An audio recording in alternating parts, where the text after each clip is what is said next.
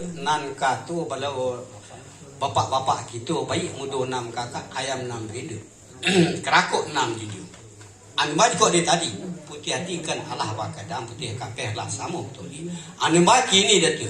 Bak pitua dah tu ju. Sagadang-gadang bidu. Je nang ko dah. Sagadang-gadang alek. Iyo pulang ke Pangka cenama mudu 6 kakaknya dah tu. Iyo bertapang dia tu dari Pangka. Nak kami sisik ke ujungnya dah tu. Lah sampai dia datuk. Bilang dengan itulah dah tu.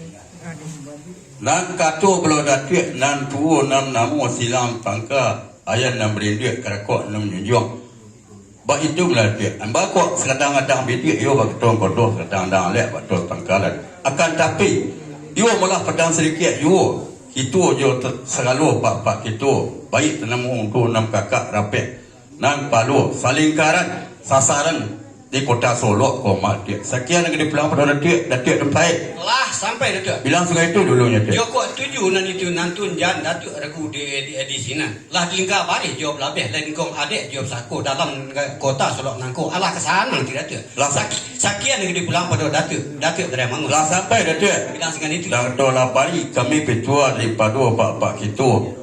Baik tenemu mudo 6 kakak rapek ayat 6 berindik kerakok 6 nyunjung. Lah sanang hati silang 6 Pangka. Nyo le dia. Lah pokok sorkan saja le dia. Ba itu ngolah.